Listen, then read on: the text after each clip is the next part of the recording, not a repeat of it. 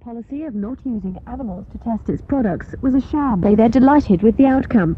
But Channel 4's Executive Director Colin Leventhal says the award is outrageous. The jury, by a majority decision, after 11 hours deliberation, has awarded only token general damages to Mr. and Mrs. Roddick and their company, but has awarded a ludicrous amount for loss of profit. We will be considering an appeal against the level of damages for loss of profit.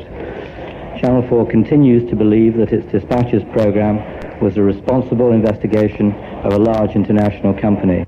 Olympic 100 metres champion Linford Christie has tonight beaten America's Carl Lewis in their clash at Gateshead. Christie clocked 10.09 seconds in the race, worth £10,000 a second to each man. It was only the second time Christie had beaten Lewis. He says he's still to prove himself at the World Championships. It's not really, I would say it's significant because, Carl's a world champion. He's won a lot of things. So, for him, he's been through all this before many times, and we got to do it again in Stuttgart. So, as I say, it's a stepping stone towards what's going to happen. Independent Radio News. The latest satellite picture is produced by John Warner from orbital station Meteosat 4, the most accurate forecast.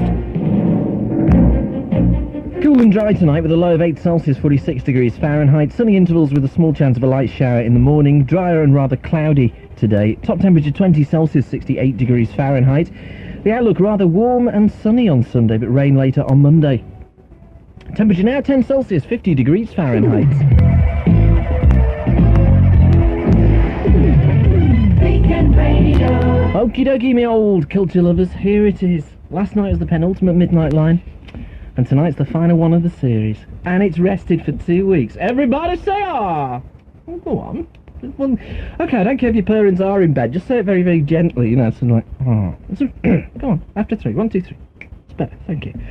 Hold on, we can't start yet. I can't start, somebody's late.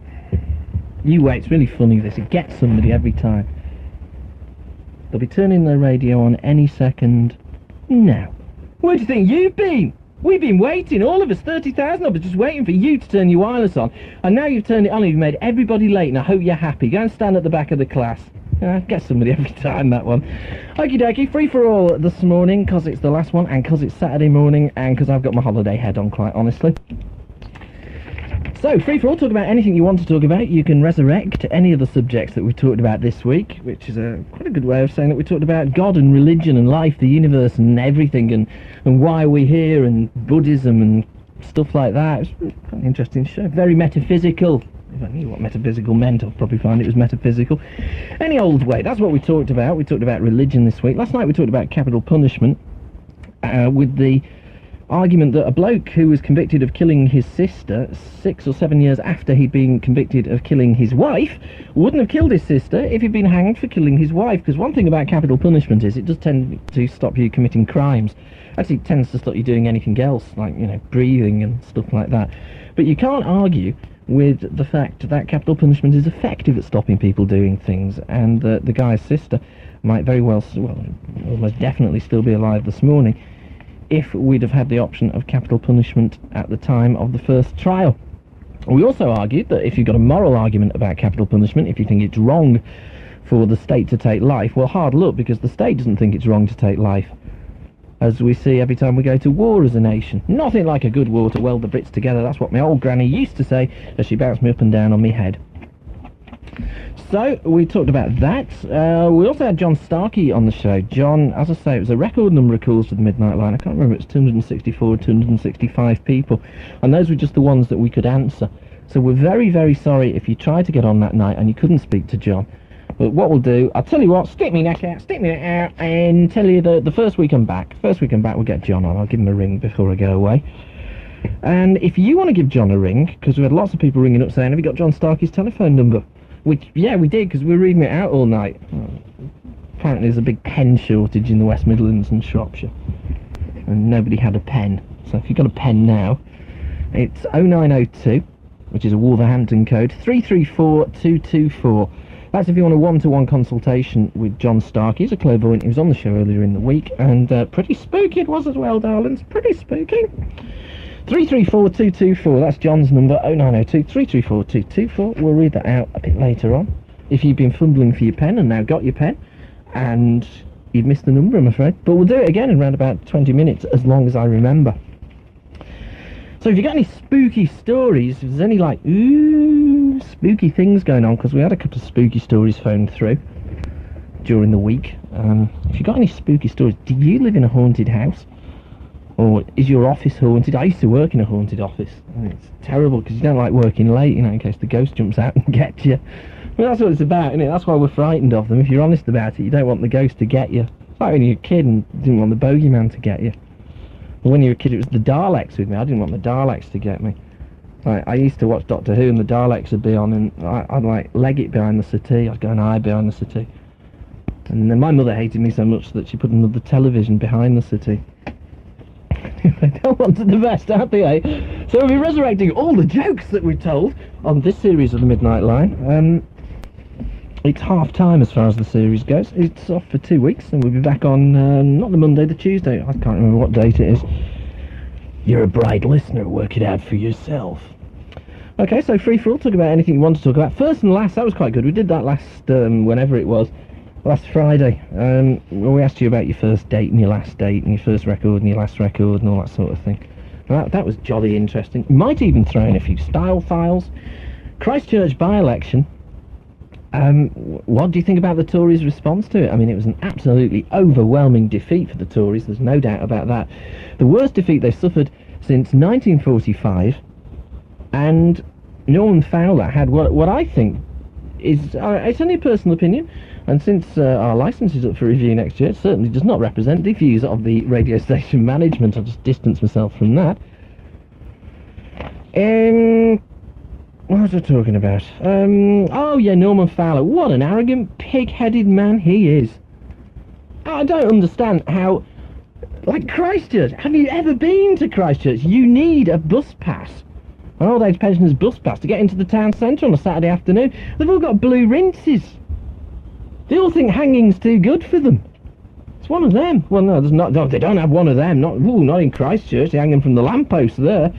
Oh, not very tolerant. No, and very, very Tory. It is the Tory heartland, and they've overwhelmingly rejected the Tory government. And pig-headed, arrogant Fowler said, "Well, we're not changing our policies."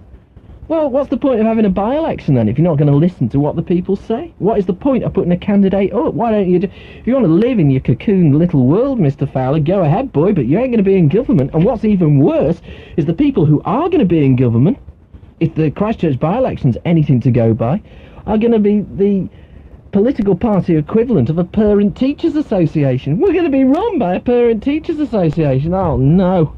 No, why don't they just call themselves the Muesli Party and be done with it? Oh, they'll do all sorts of things like have... Oh no, they'll make eating muesli compulsory. I'm sure they will. I'm sure that's what they plan to do. Anyway, what did you think about that? How should the government react?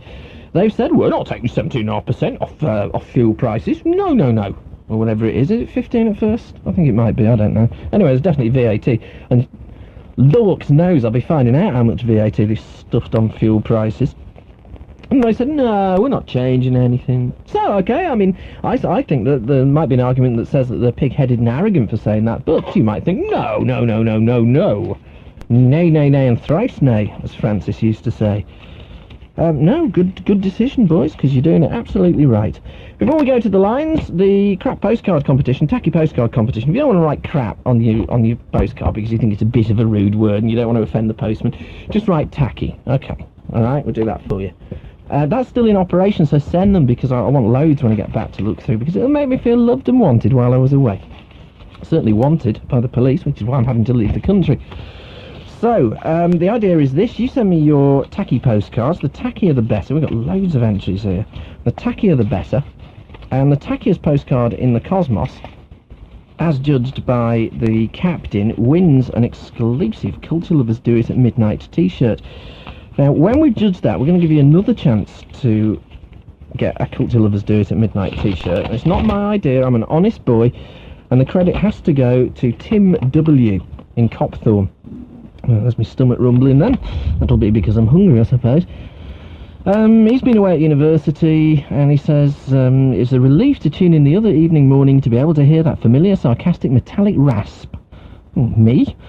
Savouring the chance to once again praise the government? Not. Okay,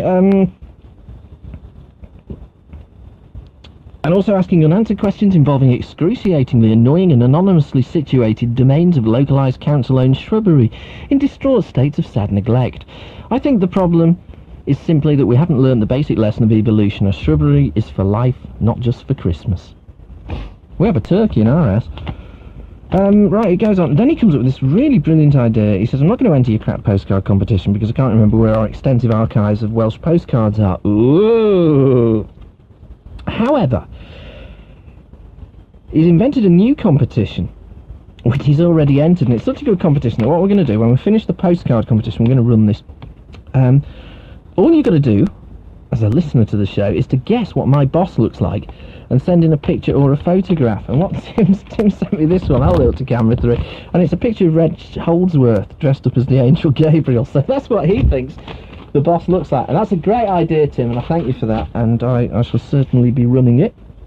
Okay, on to the entries to the postcards. Who have we got? Betty Smith. There we go, Birmingham by night, totally black card. Well done, Betty, you're in it, you are. Who else? Claire. Claire says, I can't pronounce Claire. Claire actually only lives around the corner from me. She says, I've been a regular listener to the Midnight Line for ages. Just seems like that, Claire. And I miss you when you go to Corfu. This is the tackiest postcard I could find. It's very old. I haven't been to Scotland since I was a toddler. A coddler, hey. Sorry it's not more recent, but I've not been away on holiday this year. Keep biking, stay young, free and wild. Well, I don't know about the young bit, but certainly free and wild. There we go.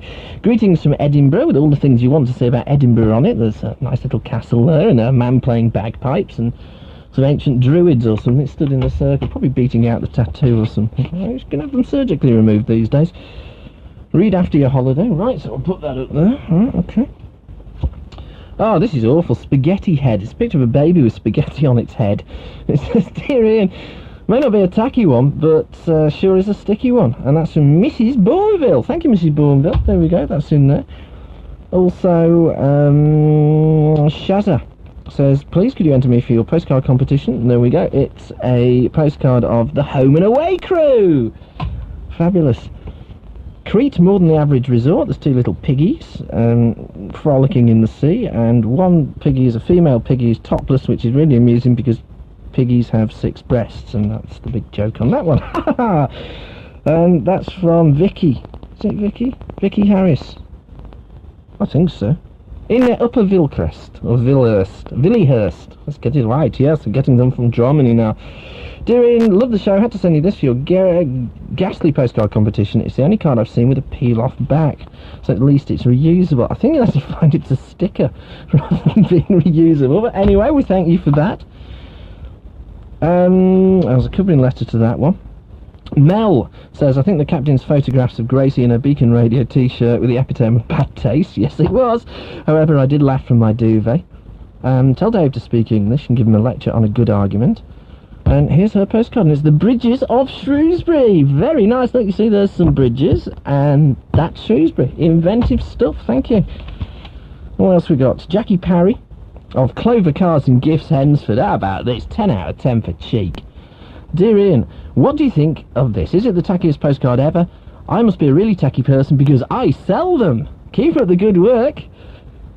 From Jackie Parry of Clover Cards and Gifts in Hensford. So if you want to enter the competition, why not pop along and see Jackie Parry at Clover Cards and Gifts in Hensford? And there we go, it's the Cannock Chase German Military Cemetery making another appearance on the show. Thanks for that. A new listener hoped to win. That's Claire Walters in Manor Road. She says, to all the culture lovers out there, the worst postcard I've ever seen, so I bought it for you to enjoy. And it's Visions of Time in Birmingham. It looks like it was taken in the mid-60s. Must be because instant coffee was only £1.29 a quarter. And there we go, there's a picture of a cathedral and some people looking at a fence. Bonkers, absolutely bonkers. And finally, Ian. And finally, so I've got to go through all the letters tonight because I'm not going to be here, you see. That Mark says, just a short note. I was the kind person who sent you the Debbie Harry photo in her leather gear. Thank you very much for that. What I wanted was a signed photo of you, Ian, and another one of Alan because I want to know what you both look like. Also, I must complain about your very terrible impersonation of Zig. I do a good one, I do. I do. Why does your impersonation of him sound like Bob Geldof on crack? Why does Zag sound like Kermit on crack? Probably because it is. By the way, a few definitions for you. Osmosis is the passage of a solution from a concentrated area to a weak area via a semi-permeable membrane. I knew that. Also, virgin wool is the wool from a sheep that could outrun the Welshman. There we go. Thank you for that. And you can't have any photos because we haven't got any, but thank you very much for the picture of Deborah Harry all dressed up in black leather, because I took that home and cherished it. Articulate Brian sent me a really tacky postcard. Cornish pasty. There's a 20-stone woman with... Yak, she's smeared herself all over with pasty. Ugh. Thanks for that. That's your entry in. And is this it? Have we finally got through the backlog? No, we haven't. Steve the Fullback has written a letter thanking me for letting him come in, because I'm a very kind person. Maggie Shaw in Bramble Green, she says, I listen to the show every night. In fact, I look forward to it. Well, there you go. There's one of us. No, two of us at least. And my mother, that's three. And basically say hello to the Big E, Wilco. And that's really all the letters we got time for at the moment, but we'll read the rest out. We'll read the rest out when I get back off holiday, okay, because there's still about another half dozen there, so I'm sorry, but I've got to go to the lines because I'll get my wrist slapped unless I do. And anyway, you want to go to the lines because on the lines, ladies and gentlemen, it's back. The fatwa has not been carried out. Ken, good morning. Good morning, Ian. Good morning, Kenneth. How are you? How are you? I'm fine. How are your Tory party? Oh, well, it's a bad shame about last night now, Christchurch. Really is. Shame for who? Conservative. Wasn't their fault. Well, oh right, so a 30-odd% swing, a 16,000 majority to a bunch of Parent Teachers Association, and it's not their fault? No, it wasn't. It was just stupid people voting the stupid ways. That's all it was. For being stupid? That's exactly right. You don't think that people were in any way sort of protesting that they don't really like this government very much, do you? No, I don't think it was that. No. I just think they were all drunk that day and they just went out and voted for the Liberals. That's all it was, really. So too much... Mr. Fowler knew what he was doing anyway. In the interviews and all that, you know. He knew what he was saying. Yes, he was saying, I'm an arrogant pig. That's right. Who won't listen to what you're saying. Exactly, something like that. Yes, I've come up with a good idea tonight. This has got to be a first. It has got to be a first. You know, these people who are first-time parents, you know, who claim for their parents, you know, for the little kiddies and that. Now, you would be talking here about one-parent families, presumably. Exactly right. Yes. They want to stop that. They want to stop what, having children? Yes. Okay, hold on. If you're doing sex at the moment and you're not married, stop it.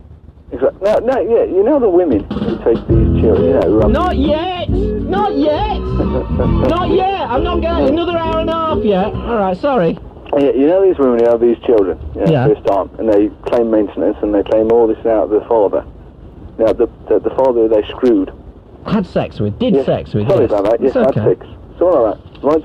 And they go... Because otherwise you're going to get people on the wedding night turning up with a Black & Decker. Well, this is true, but, you know, they go along and they claim this and they claim that and they blame the male for it and they blame this for it. It's all down to the women in the end. They're just total prats. But accidents can happen, as Elvis Costello once said. Well, why don't women think of that in the first place? Well, it doesn't necessarily have to be an accident, does it? I mean, if you're a two-parent family, right, but you're beating hell out of each other... Yes. You're going to stay together just so the state doesn't have to support the child? Yes, but you see, you know these women who go along to the DHSS, right? Yeah, yes. And they claim their money off their lot, nice little people who pay tax and everything, right? The working people, right? And at the end of the day, they just, you know, go along, claim their bit of money and that, and they say they don't know the father. How the hell did they not know the father in the end? They screwed the bloke. I mean, come on, it doesn't take a thick idiot to know that. So are you saying that it is all one-parent families' responsibility? Exactly. They don't know what they're doing half the time. They're half out their brains. I mean, I really do think they're out their brains. I mean, these women who go along to these DHSS, you know, claim forms, claim for this, claim for that, it's mostly part of the women who do this. It's not the men. It's mostly part of the women who do this. It's not the men, because the men have disappeared and abstained from their responsibilities. No, that is not true. They do want to know the kids, and they do... And what do you base this on then? What do I base this on? Pure speculation. Speculation, pure speculation. Pure speculation. At least you're honest about it. Yes, I've heard these women at the bus stops, you know, going on about their, you know, people who have not paid their maintenance and all this. It's just not down to the male to pay the maintenance anyway. It's down if a woman has a child, it is totally their responsibility, and that's that. Right down to the end of it. It's down to the women. Not to the men. The men have walked away. Okay, the women have asked them to walk away, the women had an argument with them and all this and that. But at the end of the day, it's down to the blokes, down to the women, because they brought it on themselves. At the end of the day, it's not down to the blokes, and that's why they brought this new law out saying that... but it takes 2 to tango, in fact 3 with inflation. Well, that is true. But these women, they have a go at this and they have a go at that and everything else. You've been sitting in a darkened room thinking of something contentious to say. That's where you've been. No, I have not, because it is quite true. These women always moan about the maintenance, don't they? About collecting the maintenance and that. And you brought this new... Well, what is a single parent meant to do then? Survive. Survive. Okay, Now the only way you can survive is... Yes. Via the DSSSSS? Scrounge off them. Yes. No, you're scrounging off. You're getting what's due to you. We did have, when I came on air, a welfare society. Right, ain't that? Well, probably, yes, you have. But it's only partly from these... You won't be happy till people are starving to death in the streets, will you? Well, that is true, yes. No, come on, Ian, be truthful, right? Right, be truthful about this, right? Right, you go with the guy, right? You may look to the guy, right? No, I will not. Well, no, not you, basically. I mean, women. Oh, right? Women, yes, right. Yes. People meet and people do sex. Right, yes. And they're not married. No, they're not married, right? No. They get pregnant, right? The bloke goes off, and then straight away they're in there, right, bang, wallop, bang, I'm going to claim off this guy. Right? It's wrong. It's all wrong. These women must know what they're getting themselves into when they get into these situations, and it's all down to these women. You've got this new agency, what have come out right now, who are going to claim for these women to get maintenance of these people, right? Right. Right. It's damn well wrong. It's down to the women. They brought it all down to themselves. So if you were a single parent then, suppose you had a sex change. Oh, me, yes, go on. Right, you just had a sex change. Yes. And you have little Jimmy, for that is his name. Oh, little boy, yes. Yes, and he's 2. Yes. And he lives with you. Yes. Because you are his mother, because you've had a sex change, yes. right? Yes. So how are you going to look after little Jimmy? Go out to work. Well, what's little Jimmy going to do then? Go into a nursery, something like that. Go into a nice little nursery where people will look after him. See, but that costs money, doesn't it? Exactly, yeah, but these women can go out to work, get their money, and pay for the nursery, you see. But these women, I was standing at a bus stop today, right, and I was hearing these women going about this maintenance crap, right, and they were going about the fathers. Well, what are they doing about it? Sod all. They are doing sod all about it. They're sitting on their fat horses, going about their fathers paying maintenance. At the end of the day, they don't give a damn, basically. They're just sitting back saying, right, give us the money right here and now, we're going to go out and spend it all. Are you saying that certain women use children as a meal ticket? Exactly, they go out there and make a meal of it, and they want to get a house, they want to get a bigger house. These women, they all for themselves. Basically, they couldn't give a damn about the kids. Basically, they don't. All right, listen, I'm going to move on, Ken. Yes, you've You've obviously been working on that one. Oh, no, I haven't, but I just think, these women are all the same, they all go around thinking they're poverty-stricken. They're not really, all they are, they're just scrounging off the benefit. That's all they are really doing, and I basically believe they are. They have these kids, they have about 10 kids, 7 kids, they scrounge off the SSS, they get the money, and they think, right, we're going and booze it. Okie dokie. Oh God, it's got worse. Okay. All right, well, we'll see what these women who are allegedly going out and boozing the money away have got to say about this. You take care going to wherever you're going. I will do. Don't get into any accidents. Would I? No, you wouldn't. Okay, Ken. You take care now. And you. Bye. Ta-ra. There we go, Ken. Well, you heard it. I'm not repeating that. Not yet. No, not yet. No, hold on. Right, who have we got next? We've got Mavis next. Good morning, Mavis. Good morning, Ian. Good morning. I'm phoning up because I wanted to thank Tony very much for fetching Eric for the day. Oh, that was Eric's day trip, was to go and see you, wasn't it? Yes, we had a very nice day. My husband enjoyed it a lot as well. As you know, he's deaf without speech. Yeah. And he communicated very well with Eric. How do you... Because Eric's blind. I know. Your husband's deaf without speech. So between the two of them, you would think it was a little difficult to communicate? No, they got on extremely well. My husband was signing on Eric's hand. Writing on his hand. How did you get the ink off? Very easily. All I know is Eric and him was laughing all the time. Not yet! Sorry. Yeah. Eric, right, we're pleased you had a good day. Oh, it was very nice. But listen, Ian, I'm ringing in because I also wanted to mention, after last night you had about hanging. Yes, we did. And I found some letters here, one dated 9th November 1983, And it was Derek Conway MP had written to the Shrewsbury Chronicle at the time, calling for stronger sentencing. And the thing was, he had many letters attacking him for calling for this. And he replied to each suggestion that they give little thought to the relatives of victims whose loss cannot be equated by the criminal sentence, and who at least do not suffer the frustrations and the agony of knowing that the perpetrators of violent crimes go free. See, what they do in the States is they invite the family to the execution. Yeah. Is that a good idea? Oh, I don't think that's something I would like. I don't honestly think... mind you, I haven't got the stomach for that anyway. But the speaker just before, I think there's going to be a few women that's going to hang him. Well, hard but fair, that's Ken. Yes. Hard, fair and well thought out, that's Ken. Not. Yes. Also, the Home Secretary had expressed this concern. This was a letter from the Home Office on 1984. And the Home Secretary had expressed his concern about the small minority of over-lenient or inadequate sentences. They're introducing a legislation to empower the Attorney General to refer such cases to the Court of Appeal, which, as you know, has come in. And I believe that there is a lot more to come in the future about this over-lenience in sentencing. But we seem to keep saying that, and nothing seems to sort of happen. Well, it just doesn't happen overnight. It'll take quite a while, doesn't it, before it all comes in. Yeah, they want to bin off the... I reckon they want to bin the judges they got at the moment.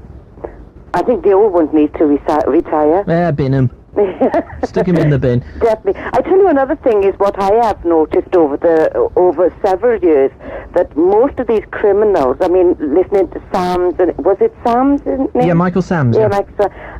They usually blame everybody else, their mothers, their fathers, brothers, sisters, or anybody, but themselves for the actions that they do. Well, I think I would if I got caught doing something. Well, me, I didn't do it. It was him. Yes. Yeah. I honestly, it's a natural reaction, because I went around my nan's house. My nan was in hospital once, and I went round with my girlfriend at the time, and we opened the door and forgot that it was alarmed. And this alarm went off, and I found myself pointing and saying it was her, Well, me, it was my nan's house. I had every right to be there. Listen, Mavis, we're going to move on. Have a nice holiday. Wilco, Roger, and over and out. Thank you. Bye-bye. Ta-ra. Bye-bye. I won't tell... Sorry.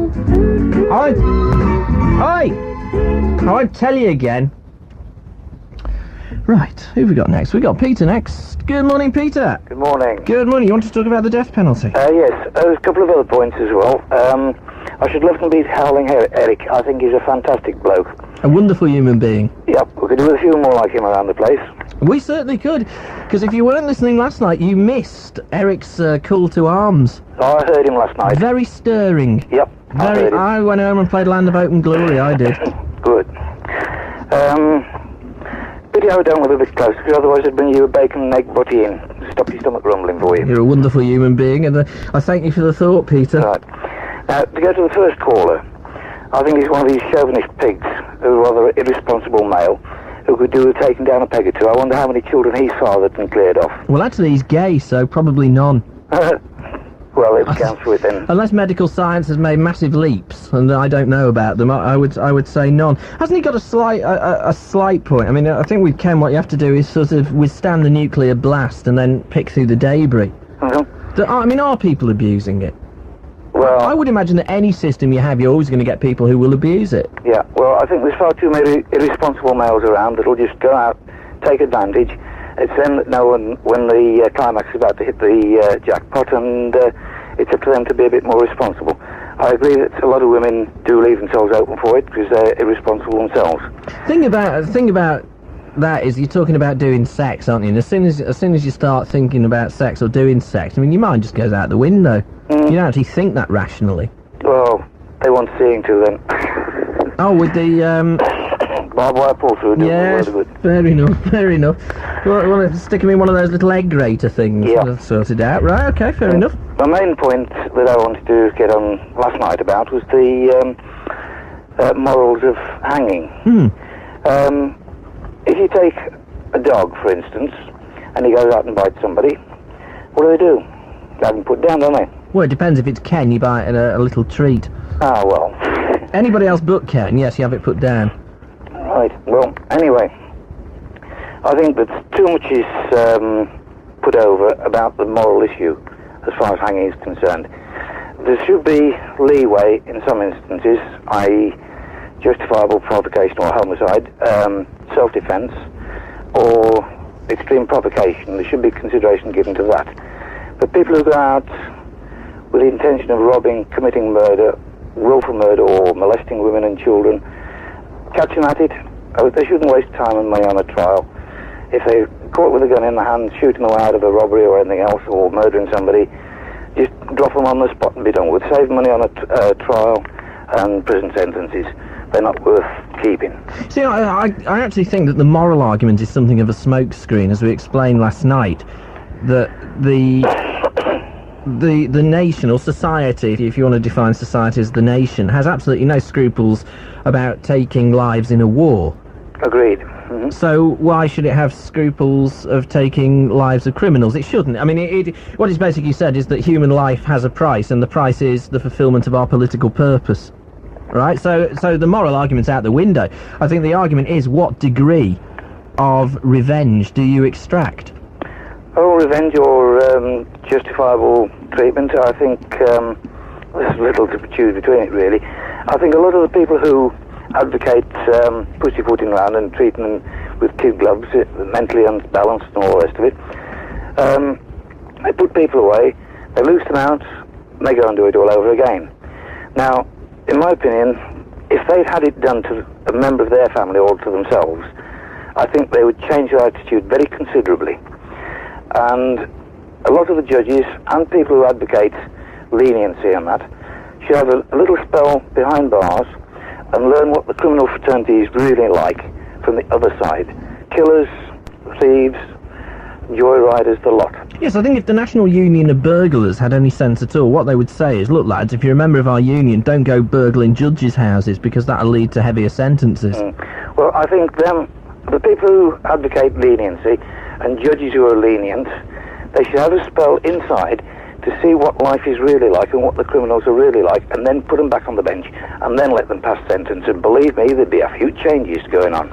Well, I think there's an easier way of doing it, I think, which is to bin the lot we've got at the moment and just basically recruit judges in the same way that you would recruit for any other job. Yeah, but I think they need to have an insight as to what the criminal mind is like and what people are like who are inside for these sort of crimes. Now, be quite truthful, I'm no villain, but I have bent the law or misbehaved, and I've been punished for it, and it's taught me a lesson. And quite frankly, what I've seen of the criminal mind inside prisons, the villains, they go on making money, running drug barons and tobacco barons and all the rest of it. There's such violence and unbelievable things that go on inside that people who have to pass sentence, judges, jurors, if they had the slightest inkling as to what goes on and judge the people, know the previous record if they've committed crimes, and deal with them accordingly, I think a lot of them would be put down, and the jails themselves want running on a totally different basis and keep them segregated where they can't get up to mischief. And the vermin, they'll put them down the same as you do with a rat or anything else like that. Okie dokie. Be done with. Listen, strong views, and we thank you for them. I've seen both sides, and I try to do as much good as I can for other people, but I borderline on committing the ultimate under provocation. Have you? And yes, and I would say if I did it, well, I'd get my just desserts, and the rope wouldn't be a bad idea for that. Okie dokie. Thanks for your honesty. At least I prefer to put a straight point of view, and on the whole, I tend to try and do as much good as I can. But provocation at times leads people to borderline on doing things they shouldn't do. I've sat and thought about it and thought, it's not worth it in the long run. Forget it. Too hard, isn't it? Well, it's not hard. I had a good life, good upbringing, comfortable home and everything else, and to do a little spell behind bars at Her Majesty's pleasure, it opened my eyes. But then again, in my opinion, in the days when I did it, it was a holiday camp, and that's going back a long, long time. And things are a damn sight cushier now, and a lot easier for them. They've got all the luxuries in the world, television, freedom, wages. They shouldn't get any of that. What they do to old people, pensioners, look at that young lad who broke into that 90-odd woman's home. Stamped on her face. Stamped in her face. And you just go and laugh about it if he gets put away. People like that, they won't put him down. They're not fit to live. Okay, listen, we're going to move on, Peter. Yep. Good to speak to you. I could keep you going all night on various topics. Make sure you phone me when I get back from my holidays, because we might be a bit late. Any chance of being able to get in touch with Eric? Yes, I would think so. I'll tell you what, we've got your number here, yeah? Yep.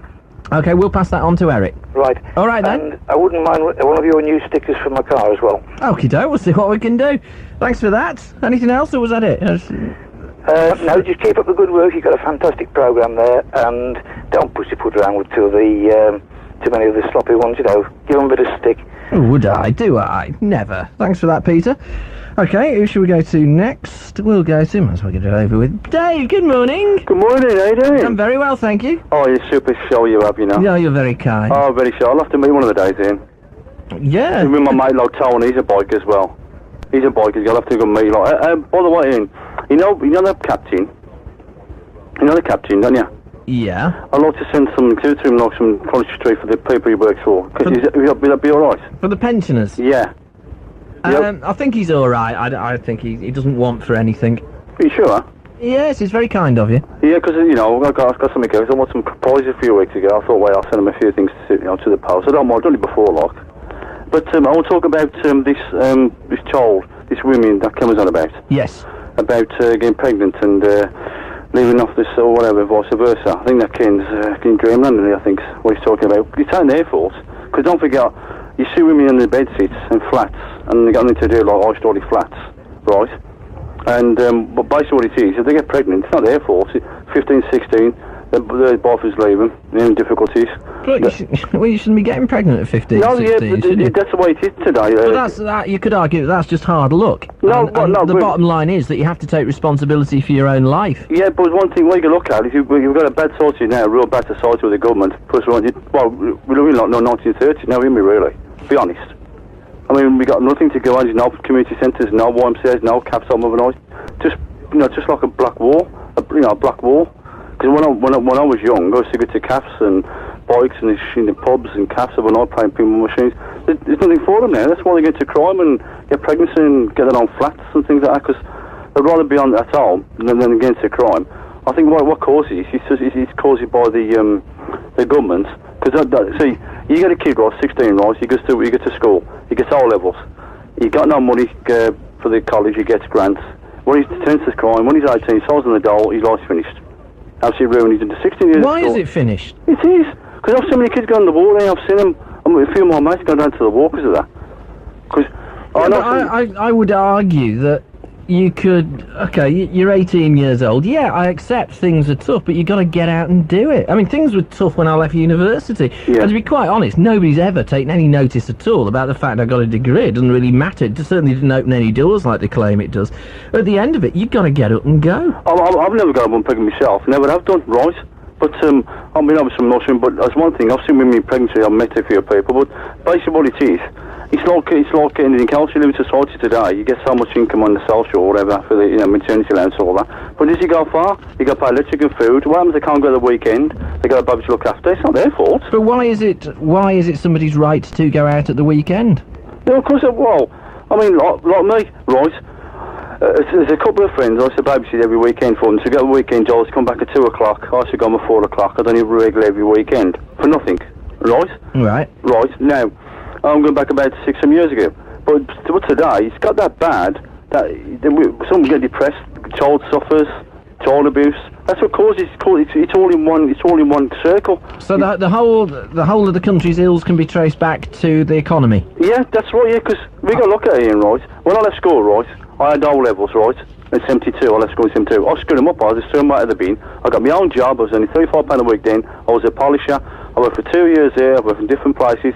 Money's guaranteed then. Money, you can go out with the girl, meet her, and go out and enjoy yourself. But today, it's just like one big circle. There's nothing to go for. It's not their fault. Well, maybe people's expectations have got too high. No, I don't think so, no. Because basically, we got to look at today, you got the government right. They're bringing these systems out with 8% fuel. Hey, now, if someone's got a baby now, guess how much? Why can't she pay the debt off that? She gets into debt by these loan sharks. She can't pay it back. She gets depressed, cries, goes back to her parents, the baby suffers. That's all. It's just one big joke. One big mess caused by the economy. Okay, pretty fair theory. Thanks for that, Dave. We're going to move on. Before you go, yeah, I'd like to wish you all the very best. Thank you. I'll write to you. Busy 2 weeks on because it's the 17th to come back. 17th of August. Tuesday. Yeah, I think it's the 16th, 17th. That's it. I'm going to write you a letter, right? I'm going to send something to the post. Okie dokie. How's that? I hope it's not ticking. All right, thanks for that, Dave. Who have we got next? I think we've got Neil on this line. Is this Neil? Good morning. No, it's not, right? Neil isn't on that line because he's on this one. Good morning, Neil. Hello there. Hello, what can we do you for? You said at the beginning of the programme about a number of the topics this week. I missed it, actually. There was one about the clairvoyant. That's okay, as long as you've you got a signed note from both your parents, your grandparents and your great-grandparents. I'm prepared to overlook that, Neil. There's a film on or something. I don't. Sure, there's no good coming out with excuses. Go on then. So, what did you want to ask? No, I just wondered. I think I might have caught a program that he was on before a while ago. Very probably. This is John Starkey, which is an opportune moment to remind you that John's number is 0902 334 224. Right, Neil, go on. No, I just wondered where he attributes his powers to, where he... Well, first of all, I don't know because I'm answering for John, but I would say that if you asked him, he would say that he didn't have any powers, and it wasn't a power thing. And that what he does, I think I'm right in saying he believes that everybody has the capacity to do. And as far as where does it come from, if you ask him that question directly, he will answer, I don't know. It just happens. I don't think about it too much. Which I understand. I mean, it's like, if you ever thought, right, on a Sunday, if you sat there on Sunday afternoon after the pubs have thrown out, and you sat there and thought, oh man, I've got 10 hours of phoning show to do this week, you just wouldn't do it. You just don't think about it, you just sit down and do it, and I think he works in exactly the same way. Have you been to a clairvoyant? No, I just, I sort of connected it with a type of astrology. You have these horoscopes. And whenever I read them, they never seem to have any sort of accuracy or anything. And, well, no, but you see, because there's 12 star signs, that's what, 8.25% of, I don't know, I'm not no good at maths, probably less than that, but around about 8% of the population are covered by one star sign. So if your star say you're going to have a good day today, well, how are 8% of the population all going to have a good day? Having said that, when I was doing psychology, there was some research by a guy called Hans Eysenck and an astrologer called Jeff Mayo, and what they said was that psychologists reckon that they can describe personality, yeah? Yeah. And your star sign is meant to dictate your personality. So they reckon that all Taurians should be a certain type of person, all Capricorns should be a certain type of person, and so forth. And yeah, they found there was a correlation. Well, I think that the time of the year you're born must have something to do with your personality. I agree with that, yeah. Why? Well, I think if you're optimistic... But I'm meant to be... What would you say my star sign was, then?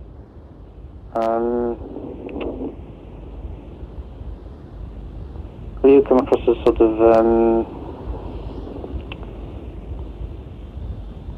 a person that likes facts and so on. I've never bothered too much about facts. A realistic sort of person. I'll tell you, I'm a Capricorn. Capricorn, that's December, is it? 24th of December, if you wanted to send a present. Or a card, you know, either really. That's the... But Part of the winter, the middle of the winter, isn't it? Yes, day before Jesus' birthday is the way we like to remember it. But I've never struck myself as being a typical Capricorn if you read the definition of what a Capricorn's meant to be. I don't know, I mean, I'm at loss to explain why there should be something in it, but as I say, there was some research done whereby, yes, all Capricorns shared similar, well, not all of them, but a more than you would expect to find by chance number of Capricorns. shared personality characteristics, as did Scorpions and Scorpios, or whatever you call them, and Aries and so forth. So, but I'm at a totally utter loss to explain why that should be. Do you think that they base it on the position of the other planets in the solar system? Well, from the computer programs I've seen that work it out, yes, that's precisely what they do. And do you think that they do have an effect on human affairs, the position of the planets? Do I personally? Yeah. I don't know. I doubt it. I don't think so. But that's just me. Call me Mr. Cynical. Listen, Neil, thanks for your call. There's one last thing. Go on. I think that the about John Stark, is it? Yes. How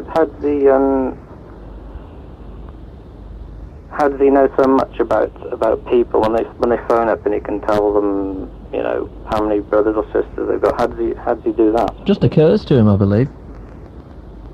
And they're mainly accurate, aren't they? Yeah, well, I'll tell you what, we'll get John back the week that I'm back off my holidays, yeah? Yeah. We'll get John back, you have a listen in, and you make your own mind up. Thanks for that, Neil. There we go. A conversation about astrology, and I went the entire way without saying Uranus once, because that is the cheap joke option, and I avoided that. To be very proud of myself. Right. Who's next? Get this one over with. Johnny Morris, good morning. I do. Hello, John. Christchurch. You caught me without... Oh, I've just got him. He's on my shoulder. Jamo the Parrot. Yeah, because I talk to him when I'm not talking to you, you know, and we have a great discussion. Do you have a good relationship with your parrot? We do, he never disagrees with anything I say. Do you ever fill in those little, you know, if you buy... Because everybody reads... all the blokes read Cosmopolitan, and that's just true. Yeah, sorry about that. It's quite alright. That was just Jamo agreeing that he's read Cosmopolitan. Yeah, that's right. Do you ever fill in compatibility quizzes? No, never. No? I only do the norm, me. I just wondered how compatible you were with your parrot. Just sticks on my shoulder, really. He does what on your shoulder? Sticks on Oh, me. sticks. You know. He Sticks. just likes me, Right. you know, he Yes. bites everybody else. Does he? Yeah. But we have a good relationship that way. He wouldn't bite doesn't me twice. No, you'd most probably stamp on him. Would I? Oh. I'm kind to children, old ladies, and animals, John. Yeah. A lot of fingers gone away from our eyes with blood on them. Well, that sounds like a fantastic No, recommendation for luncheon with the Morrises. That's just terms of endearment. When they come back again, he doesn't bite them. Oh, fair enough. That's just saying hi. Right, mate. Yeah. Yeah, but he's just talking to me now. Yeah. Yes, I could. I wish he could just say what he normally says, but he won't do it over the air. What does he normally says? Aren't you great? Who, me? No, me. Oh, you. Hey, look here, mate. It's your bloody parrot. man in the parrot. Yeah, fair enough. Your parrot, you feed it. That's right. You're the great one round here. here. Yeah, that's right. That's right, mate. That's great. Right, You what are. are we talking about? Christchurch, I believe. Yes. Why not? Damning indictment of Tory policies, or what? Absolutely, and what a wonderful indictment of the British democratic situation. You've got a government in power for so long that they didn't realise they were in power, and there we go. We get these lovely I mean, all it is trying to tell the people of GB, or the people of one of the greatest countries in the world that they live in, is that they are still got a chance of voicing their opinion. But then when they voice their opinion, the chairman of the Conservative Party says, I'm not going to listen. Yes, but no governments, unfortunately... Why couldn't they just be honest and say, look, we got a real bloody nose there, we'll have a look at what we're doing? No, they won't do that, you see, because unfortunately you've majored in something like politics, I don't know. But politicians never change. They go in the same direction. There's one thing about politicians, they take the same line. They just plough on like a plough does, you know what I mean? And hence why it's called a plough, presumably. Yeah, that's right. But there's one thing we can say, that if a party's been in too long in this country, they're likely to get kicked out, and how great that is. I think they're even more likely to get kicked out if the chairman starts saying things like, we're going to stick to our guns. Absolutely. And you stupid peasants don't know anything. I mean, I don't know. How did you get on in history? Well, the only bit that interested me was the Second World War, really. So. Well, I'm quite interested in that, and the First World War was not too bad. No, that was okay. What about Harold Wilson in the 60s? I can vaguely remember him, yeah. A very interventionist government. He was in for a long time. He was. Well, it used to be Heath and Wilson just interchanged. And our great British system got rid of him, and I think the same thing is going to happen with... And his Ganex raincoat. That's right, you remember that? Yes. I hadn't thought about that yet. As I said... he'd been in power so long that his raincoat was famous. As I said at the Brighton election, was one of his catchphrases. And I think we're just going to the same situation now. I mean, we've had a Tory government, and it doesn't matter whether I agree or disagree with the government. I mean, that doesn't matter really, but at the same time, obviously our system passes the test of time. It suggests to everybody that you can't have one person or one power in government for too long. Because forces change. Yeah, and that's our system. I think our system is the greatest in the world. We're going to have a change of government after maybe 14 years of one government, and then we're going to have another 10 or 15 years of another government, and we're going to change them. I mean, we're better the democracy show its face. So, defeat for the government, but a victory for democracy? Well, I think it's what everybody in this country should look forward to. I mean, me and you, Ian, are going to finish our lives, but we've left the system so good. Did you hear him talking then? I did. Yeah, he was straining a bit there. He wants something to eat a bit. He was just saying, I don't think Ian's contemplating finishing his life for at least another 50 years, thank you very much. I think that's the rough translation from parrot lingo. Yeah, but I think that we've got it just about right at the moment. Yeah, and why not? Christchurch is just a passage in time. Okie dokie. Listen, John, we're going to move on. That's fine. I shall speak to you after my holidays. Thanks. Oh, where are you going? I'm going to Corfu. Oh, there's parrots there, aren't there? Yes, heaps of them. I'll see if I can find... bring Mum back for Jamo. I'll find it. Is Jamo... What sex is Jamo? Oh, well, that's the problem. You don't know? Well, apparently you can get a feather and find out, but I think he's male. Okay. My wife thinks he's female. Well, I'll see if I can find an androgynous one to bring back. But he argues in both languages. Okie dokie. We'll see what we can find. It's all right, John. Bye. There we go, John and Jamo the Parrot on the Midnight Line at Beacon and WABC. Next on the lines, we've got Tim on the line, so he wants to talk about music. We'll speak to him in a moment. First of all, the last time for 2 weeks, here he is, the man with the most famous catchphrase in the entire of the West Midlands and Shropshire. Ladies and gentlemen, give us an E, give us an R, give us an I, give us a C, give us a K. Is that how you spell it? Sure it isn't. It's Eric! He's listening to his wireless, I don't believe this. Come on, Eric, you must have recognised yourself by now. Just let it wash over you.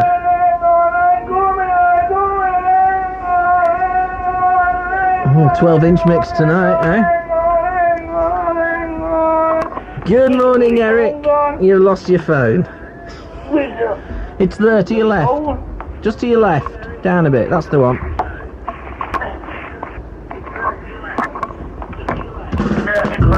Not yet. Another hour yet. Not yet. I just stopped.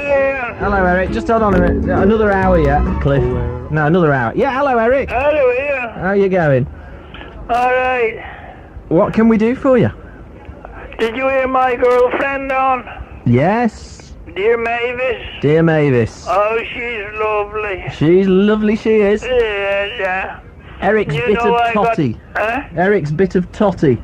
Yeah, and her husband was with me up top of the garden as well. We had a good laugh and all. I'm pleased to hear it, Eric. Yeah. This was your day out, wasn't it? I spoke to him in his way, and he spoke to me in my way. Oh, yeah, very good. Very good. I'm pleased you enjoyed it, Eric. Ian. Eric. You know... I know. All right. Ken does go off the deep end sometimes. But in lots of things that Ken said, he is right. Is this true? Yes. Because, I mean, nowadays, if a girl is pregnant, they give her a flat. A flat what? A flat. Oh, a flat, sorry. Yeah. and there may be a couple waiting for a flat or waiting for a shelter for years on the list. That's right, my lads. What do children make? Children make points on the housing list, my lad. Yeah, but no, he's right what they said, because I thought to myself the other night, that girl has said she was only getting £74 for earning her baby. Remember? Yes, I do remember. She was moaning about £74. How was she like my bloody pension of £68? I'll have it on top of what I already earn. Huh? If you're offering it. No way. No way, all right. I have to pay my electric gas the same way as anybody else. It was worth a try, Eric. But why does she moan about 74? I don't agree with Ken saying that it's the woman's fault that her gets pregnant. I mean, how does she get pregnant with a vibrator? Well, I don't know that. I don't know. I'll just get a bit medical, this. It takes two, as you said. It takes two to make a tango. So therefore, if he has the fun, then he must help to share the punishment, hasn't he? But they don't. They don't. They're legging it off. They just leg it off. They've gone with the wind. But a good many of these young ones today, they have them many men, they don't really know the feathers of them. But is it a case of you only realise that you got to take responsibility for your own life after you've blown it? You got to take real life. You got to take responsibility for your life, haven't you, Eric? Yeah. Yeah, but I mean, what I'm saying is, does some people realise that too late? Because I only realised it about 2 years ago. Yeah, they might realise it. But do you know how many things is advertised on radios and televisions for safety? Lots. Big business. There's lots of... You're talking about the condominium market, aren't you? There's lots of things for safety.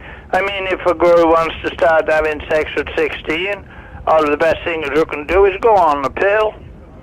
This is what and if her doesn't want to go on the pill, then there's other precautions she can take. So you have to be aware. Is that your message, Eric? That's correct. Okie dokie. Listen, we're going to leave you there because we're going to go to the news. But I shall miss you, Eric, and I'll send you a postcard. Oh, yeah, that last year's, yeah? Haven't you? No. Well, you know what these Greek postmen are like. Who's that, who's Peters wants to get in touch with me? I'll tell you what, you hold on there and we'll tell you all about it. Okie dokie, free for all for the next hour, then the midnight line is off for 2 weeks. 754-123 in Wolverhampton, 236-235 in Shrewsbury, and we'll be right back to the lines. Hasta la vista, babies, after this. Beacon Radio News. The 1 o'clock news, this is Paula Fennick. British troops have fired on Croat soldiers in southeast Bosnia, killing at least one. The Ministry of Defence say soldiers from the Royal Engineers were fired on twice before they returned fire on Bosnian Croat forces. Meanwhile, the three sides in the Bosnian civil war have agreed to divide the republic into 3 states, which will be loosely linked. Serbs and Croats are predicting peace, but the Muslims are more cautious. Their president, Alija Izetbegovic, says the accord is conditional and still has to be ratified by the Balkan states' parliament. UN spokesman John Mills says the plan is still in its early stages. We're very cautious about any kind of confidence or optimism. What we do recognise is that there is still a long way to go, and we are very aware that there have to be discussions on the various annexes to this constitutional agreement. One of those annexes is the map delineating the 3 constituent republics. Lifeboats are searching the sea off Blackpool for a 13-year-old boy who's been washed off the beach by a wave. RAF and Merseyside police helicopters have also joined the operation along 6 miles of Lancashire coastline. Holidaymakers have discovered the body of a young man in a shallow grave beside a Scottish loch. He was buried head first in undergrowth next to Loch Tummel on Tayside. Police say the man, in his teens, may have died up to a year ago. A full investigation's been launched. Britain's Linford Christie is favourite to win World Championship gold after beating America's Carl Lewis at Gateshead. Steve Cunningham reports. Suddenly it was all over, with Christie jubilant before anyone had time to draw breath. Our fastest man prepared quietly, while Lewis's flamboyant approach was only rewarded with 3rd place. Christie's next stop, the world title. For him, I mean, he's been through all this before many times, and we got to do it again in Stuttgart. So, as I say, it's a stepping stone towards what's going to happen. The world record holder refused to be rattled. No, not really. Everything was fine. Yeah, it's fine. I mean, it would have been nice to have been a little warmer and drier, but it was fine. No, everybody was very nice here. They went for broke, but shared the £200,000 spoils. Independent Radio News. The latest satellite picture is produced by John Warner from orbital station Meteosat 4, the most accurate forecast. Clear blue skies over the next few days, warm seas, temperatures reaching the late 80s. Oh, sorry, that's the weather forecast for Greece where I'm going. Sorry, here's yours. Ooh, no, you don't want that.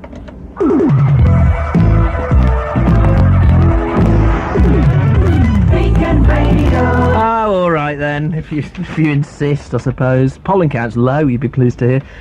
Cool and dry over the next couple of days. Sunday's going to be sunny, but rain on Monday. There you go. But it is clear blue skies, warm seas, 83 degrees in Greece yesterday. Yahoo! And I've got my summer holiday head on. Not yet though, Cliff. Another hour, mate. Right, who have we got next? We've got Neil. We promised to speak to Neil next. He's on this line. Good morning, Neil. No, he isn't. No, that's not Neil. This is Neil. Good morning, Neil. Oh, right, okay. No, we don't want to speak to Neil anyway. Let's speak to Tim. Hello. Oh, we spoke to Neil. Good old Neil. Hey, he was fun, Neil. Neil was the one that didn't get killed out of the young ones, wasn't it? That's the one, yes. That is exactly the one. Oh, wow. Well, astrology, man, it's just so amazing. Yeah, like vegetable rice and peas. How are you this morning, Ian? I'm very well, thank you. You've just reminded me, actually. I've forgotten to bring my pal Owl's Young Ones video back, so I'll have to go home and get it. Oh, well, never mind. I've been watching the old ones. Which ones have you been watching? Sick. And the one with the video in it, which is the one I've never seen before. Which one's that? It's the one where Vivian says, "If anybody else asks me, have I got a video? I'm going to kill them." Oh, I know the one, yeah. That's the one. My favourite one's the horror film one. That's the one. With the damned in it. Oh, right. Yes. Well, when I saw it, I was sort of like on another planet, so... I actually missed it the first time out, but thanks to UK Gold, not only am I getting to watch Mark Bolan and stuff from the 1970s Top of the Pops, but also the young ones. Great stuff. Hey, you can't beat it with a stick. No, you can't. No, don't knocks Top of the Pops into a cocked hat. Doesn't it? One of those is. Yes. What is it? You're right. What is a cocked hat? I don't know, but it sounds quite rude. Is it a hat with a... Never mind. Okay. It could be something to do with Eric's vibrator, couldn't it? Is it a hat with a hen on it? That's probably what it is. All the rage in the 1500s, those were. You weren't anybody unless you had a cocked hat. Or is it a hat worn at a jaunty angle? Could be. Maybe we'll never know. No. Maybe we don't care. Hey, I don't. No, don't I must remember to pack me cocked hat for me holiday. Yes, and your hot cakes. Yes, to sell them. Yeah. Do hot cakes sell? I've never had a hot cake in my life. No, I haven't. Well, no, I think I might have had one that was shoplifted. Is that a hot cake? Depends if you burnt your hands when you took it out the oven in the shop. I think so. Yeah, strange thing, language, isn't it? It is, yeah. Very strange. Anyway, what can we do for you? I was going to talk about music this morning, having been very heavy about hanging last night. Music? I was wondering if there is anyone at all in music that inspires you today. Today? Yeah. Well, somebody was telling me on the lines a couple of weeks ago to look out for the Manic Street Preachers. That is who I phoned up to talk about, actually. And I saw them on Top of the Pops this week. Weren't they great? One of them was wearing a frock. He was wearing a dress because he thinks it's more comfortable on stage. What? Wearing a frock? He wore that. Do you know what we'd have done to people wearing frocks when I was 16? I can imagine, yeah. I mean, Boy George came as a punk when you were 16. Well, yeah, we didn't wear frocks. No, I suppose not. We wore like what did I wear? I used to wear a Boy Scout shirt, my old Boy Scout shirt, right, with all the badges on it. But then it had safety pins and chains all over the place, and padlocks, little padlocks. Yeah. And a couple of Ritzler packets as sort of shoulder tabs. Mm-hmm. And then a pair of incredibly tight jeans that my mother said made me look like Max Wall. With rips in them. I used to take them home and get razor blades and rip them to bits. Mm-hmm. And that's like Bros, though, isn't it? A pair of... No, they were ripping us off. Pair of pumps. What? You mean like school plimsoll thing? Yes. Well, no, with the green Dunlop green flash. I know the ones, yeah. And, no, they're slightly different from the ones you used to take to gym class in your little blue bag. And a pair of very, very strange-looking white sunglasses. Right. With incredibly, very short, spiky hair as well. So not much different from these days, really? Not really, no. Apart from the hair? No rips in my jeans and the hair's a bit longer, but that's about it, really, yeah. So, yeah, apart from the Manic Street Preachers, who I think are wonderful, and I saw them live in Wolverhampton a couple of weeks ago, great stuff, who's inspiring you at the moment? Is there anybody? Who do I look out for there is nobody that I sit and eagerly await the next album or single. Seriously, there's nobody. I think since I've been doing I must admit, since I've been doing the 10 till 12 spot sitting in for Stuart, I have actually found a lot on the playlist that I like, which surprised me. Such as? Such as Tim Finn. Very good bloke. Now Tim Finn OBE, of course. Is he? Yeah, he's got an OBE. And so did his brother Neil out of Crowded House. My cousin got an OBE, he did. She did. Patricia Routledge. When's yours coming then? Well, this is, I mean, obviously they're giving it to my dad's cousin, but if they're giving it to her, obviously it's got to be on the way, hasn't it? Oh, yeah. Baron Perry. But I want to be called Baron, because that has slightly evil overtones. Baron Perry. Tim Finn, I suppose, and I can't, you see, none of them really spring to mind. The stuff that I tend to like, I mean, I'll be totally honest with you, I've always liked Rod Stewart, I'm afraid. Yeah, he's great, isn't he? And I saw one of the Top of the Popses that was on last week. It's probably the best 5 minutes of Top of the Pops, because you'll see it starts off. For some reason, Jimmy Savile, you'll see, is dressed in a Womble outfit. I don't know why. He never quite explained why he was dressed as a Womble, but he was. It was those bad drugs back then. Yeah, somebody had been putting drugs in his cocoa, I reckon. Yeah, in his cigar. Oh, what is this? You'll see, it's not a Vanna. This is not a Vanna as it happens. And he said, now over there, number 20 in the chart's going to go a lot higher. The Faces, poor old Richard. Oh man, that was fantastic. Oh, great stuff. Honest Ron Wood, Ian McLagan, Kenny Jones, Rod Stewart, and the Japanese bloke whose name I totally forgot, taking Ronnie Lane's place. Yes. Chucking the mic stand round, that was rock and roll. It was. But the Manic Street Preachers are a lot like that. I just thought they looked very strange. They are very strange. You have to get used to them. I mean, when I saw him in Wolverhampton, he was wearing his dress and all that. But I must photocopy their lyrics and send them to you. Is he one of them Transformers? No, he just wears it 'cause it's more comfortable. Not for publicity reasons, then? No, I don't think so, no. There's not been a lot printed about it. So, yes, I was it was quite a nice frock. It was a nice summery one. It was, yeah. Yeah, and beautifully set off by the Dr. Martin boots. Well, that's all the students dress these days. Do they? What, well, the female ones do, anyway. Oh, all right. Well, probably half the blokes as well. I mean, they used to dress like that when I was at university. Not being a student myself, I can sit here and criticise. There were some very funny people about.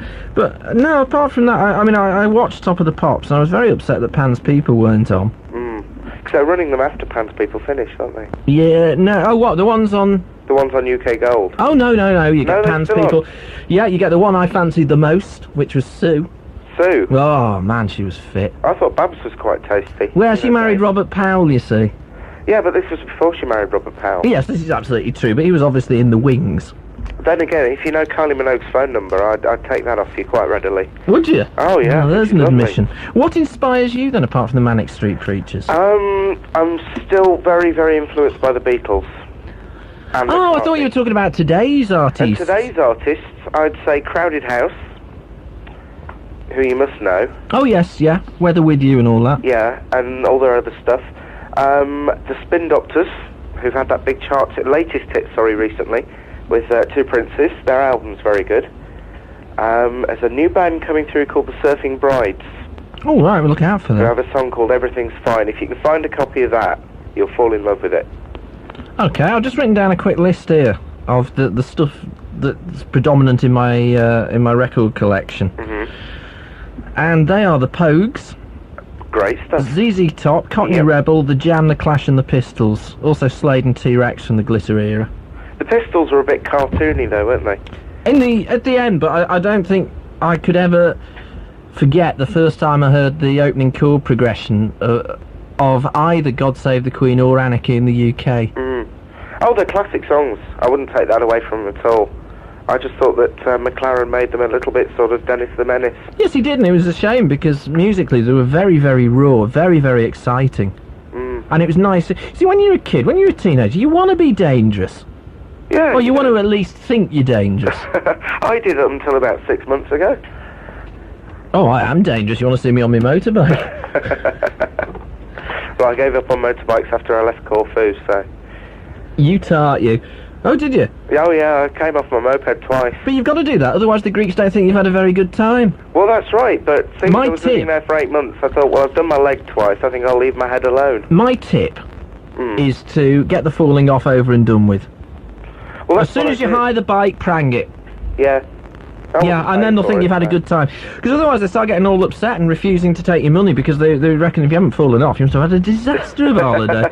Listen, Tim, I've got to move on, mate. All right then, Ian. All right, speak to you soon. Just one more thing before you go, very quickly. Yeah. If Eric ever gives his catchphrase up, then you've lost a lot of listeners. I think so. I think so. All right then. All right, mate. Cheers, Ian. Ta-ra. All right, bye. Bye. Who have we got next? We have got... don't usually do these, but since I'm in a...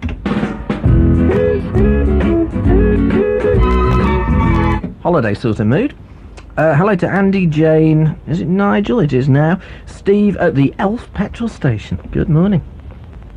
Seems to be rather a lot of staff on for one petrol station. Maybe it's a very big petrol station. I don't know.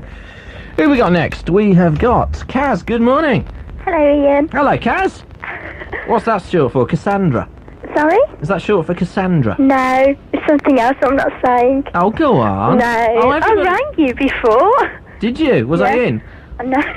No, you weren't in. Your girlfriend answered. Oh, that's because I was at work, you see. Oh, did she? Well, I would like to say something. I would like to represent the ladies of Birmingham and say one thing. We think that, like, Ken gets some sort of sexual uplift when women phone up and talk about him. I doubt it. So nice. He's gayer than a yellow feather duster. Camper than a row of tents. He does get this, he does get excited though, doesn't he, when women phone up? Oh, yes, he gets excited. Oh, yes. Well, who doesn't? I mean, I know I do. I can imagine him. I think he's one of these lonely old buggers at home. Ken? Yeah. He's about 25, I think. Is he? Yeah. He sounds like, God, he sounds like as if he's 50. No, that's, no. Probably acts like he's 50. So I take it you don't agree that single parents are a bunch of ne'er-do-well scroungers off the dole? Well, not not in all cases. Ha-ha. Not in all cases. Do you know any single parents? A few. Well, I'm not friendly with them, like, type of thing. Oh, no. There's no suggestion of that, Kaz. No suggestion at all. Well, no, I think I'll offend too many people if I give my point of view. Go on, give your point of view. No, Go on, tell me I'll your point talk about of view. something else. Go on, then. I'll talk about ghosts. Sharp intake of breath. Right, I know. ghosts. Oh, we had this haunted house for many years when I was a kid. And, like, this ghost was like a real troublesome ghost. And at night time when we used to be asleep, we had this attic, a separate floor, and he used to throw marbles down the stairs and make it bang against our doors. Did you ever pick the marbles up and yell, "Hey, ghost, you've lost your marbles"? No. You should have done that. Well, I was too scared. I was about 9-year-old. It was a poltergeist. I don't know what it was, but it was really nasty. Like when you used to put chocolate bars down on the table to eat later, you used to take them. Did this activity continue? Yeah, well, it did. I mean, one time my mother gave my brother a bar of chocolate, and she came back later, and he was crying, and he was like jumping up and down and telling someone to give back his chocolate bar, and my mum couldn't see anyone else in the room. So he's a marble-playing, chocky-snaffling spook. No, this is the truth. No, I believe it, honestly. You've got an honest real voice. troublesome ghost. And, I mean, the things he used to do, he used to knock on the door deliberately, he used to move your bed and try to scare you and everything. Ooh, well, and you were terrified, were you? Did you ever see anything?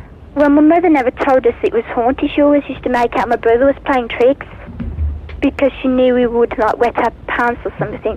Oh, very graphically put, that, Kat, if you don't mind me saying. So she never told you, she protected you from the awful truth that a poltergeist Yeah, but we stalked your did house. realise it was it sooner or later. When it was in the middle of the night when I was asleep, he came and he was kicking me on the leg. kicking you? Yeah. And just nobody there, just being kicked? Yeah, I was lying in my bed and he was kicking me on my knee. How old are you now? I'm 18. So this was how long ago? 9 years? I'll say, yeah.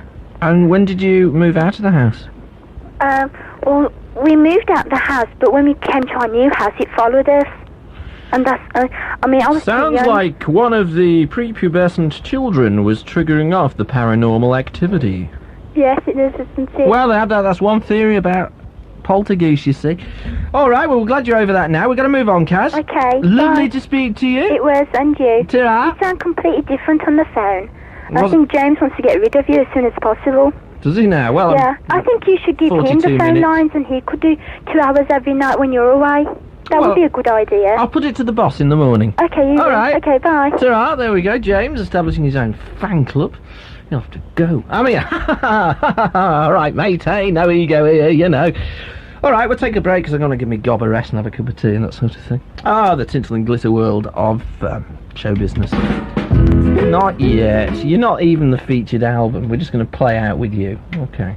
Featured album, because it's the last one for 2 weeks and I've behaved myself for weeks and weeks and weeks. Honest, boss. We'd be mad not to have ZZ Top as a featured album. Mad.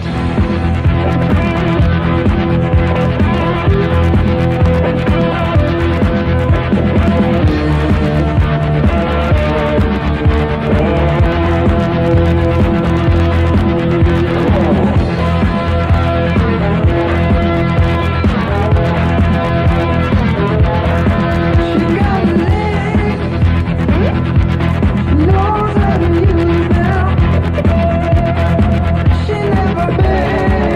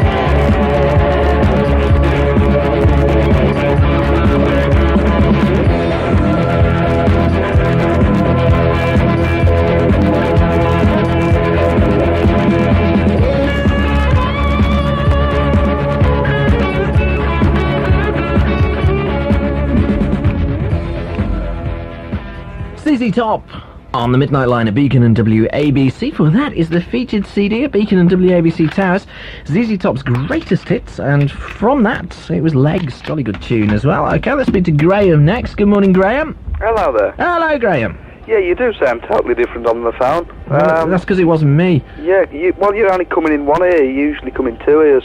There's probably a really naughty joke I can make about that, but is there? But I want to work when I get back. Oh, sorry. Yeah. Right, well, I'd like to speak about this single parenthood lark. Yes. Well, I am one. Are you? Yes. You went out and got pregnant. Well, no, I didn't get pregnant to get my council flat. I do live in a council flat, but I didn't get pregnant to get the flat. Honest. I find that very difficult to believe, young man. Not for lack of trying, you know, but... No, I've been at it now 6 years. This is not being pregnant. This is back to being a single parent, right? Yeah. I haven't turned to crime yet.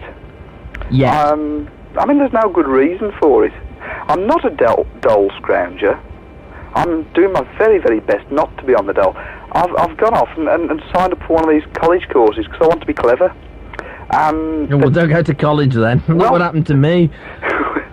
Yeah, but that was psychology. I mean, well, yeah, what can you say about that? Hey, I've never met a sane one. Well, this is it. Honestly, I haven't. All the psychologists I've ever met have been balmy. Well, they've got to be.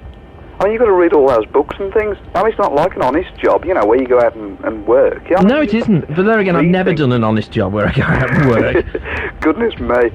Yeah, goodness me, you'll see. I'm looking forward to an honest job, you know. I mean, I'd really, really like one. So, I reckon this up. I mean, the social security regulations are so balmy that you've got to go out and get a really high-paid job to make it worth your while not being on the dole. I've got a mate who sat sitting there and refuses to speak because she's dead shy. She's also a single parent, and she goes out to work, and if she didn't go to work, she'd get more money. Well, why does she go to work then? I mean, the logical thing would be to stay at home and say thank you very much, state. Yes, I know, but she feels she ought to. So she pays the insurance on the car, she pays for the petrol, she pays to get from Walsall to Dudley every day, and then she goes to work, and if she stayed at home, she'd get more money. Well, she'd get the same amount of money, but she wouldn't have to spend the petrol and so on. So it's costing her? Yeah, but she feels that it's the right thing to do. Going to work is morally acceptable. That is a good thing. And it costs her. If she stayed at home, it wouldn't cost her. We've worked it out. If I go and get myself a little job and pay her, like, £2 a week to look after my child for... As much as that? Oh, yeah. £2 a week? She'll still get exactly the same amount of money, but she won't have to pay the petrol. She'll be about £10 a week better off for not going to work. And I think this is one of the problems, that the dole regulations being as they are ensure that there is no incentive whatsoever to go to work. But then I suppose if you have a social security system that encourages people not to go to work, you can't blame them when they don't. Absolutely. It's chaotic. Apparently the Australian system is that if you're unemployed, you get a certain amount. If you start work, then for every Australian dollar you earn, your benefit is reduced by 50 cents. Over here, it's completely different. So there isn't that's quite clever for Australia, isn't it? Well, yeah, absolutely. So it gives they you still drink Fosters, though, so they're not that bright. Is that beat us at cricket? Well, there is that. But if you're going to go out to work over here, every pound you earn, after the first £2, you lose £1 from your benefit. So whether you're earning £2 a week, or I think it's something like £58 a week, it makes absolutely no difference whatsoever. You've still got exactly the same amount coming in, which of course encourages people to do moonlighting jobs and all the rest of it. So, see, my theory on that is that you can never blame people for wanting to survive. Well, this is it, yeah. I mean, I'm absolutely sure. What, is it 3 million they reckon on the dole? Oh, hang on. I've given up counting because it's too depressing. That's what they admit to. Yeah, but you've forgotten the massaging in that. Yeah, okay, so let's say there's probably 5 million people, yeah? No, it was only 50 million of us in the country. Oh, no. About 18 million of those are pensioners or school children. So there's a lot of people affected by the fact there's no work. Now, if there was jobs for everybody, I absolutely guarantee that your dole queue would be reduced to less than 200,000 overnight. I admit, I concede that there are probably people who are professional dolies, but there's such a small proportion. that I get jolly cross when, I'm sure people who are on the dole get jolly cross when you hear people on the wireless saying, well, you don't want to work. Of course people want to work. Of course, I mean, I'm going away for 2 weeks, right? Now, I've worked 50 weeks for that. So I deserve it, but at least I've had the opportunity to. I've had the opportunity to work. I've got a job. Yeah. How frustrating it must be when your life just stretches out in front of you with no prospects and there's nothing you can do to change it. Well, if you go back 10 years, our wonderful leaders in government said, well, all those who are not working don't want to work. There were 3 million not working, there were 400,000 vacancies. Now, to my mind, because I'm good at this, I'm doing computer science at college, you say, that means there's 2.6 million more people than there are jobs. And they can't all be scroungers, you know.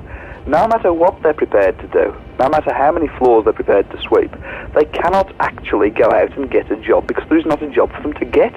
And yet, nobody seems to have latched onto this. You know, there's a huge number of people in government who say, well, they're just lazy people, they ought to get on their bikes.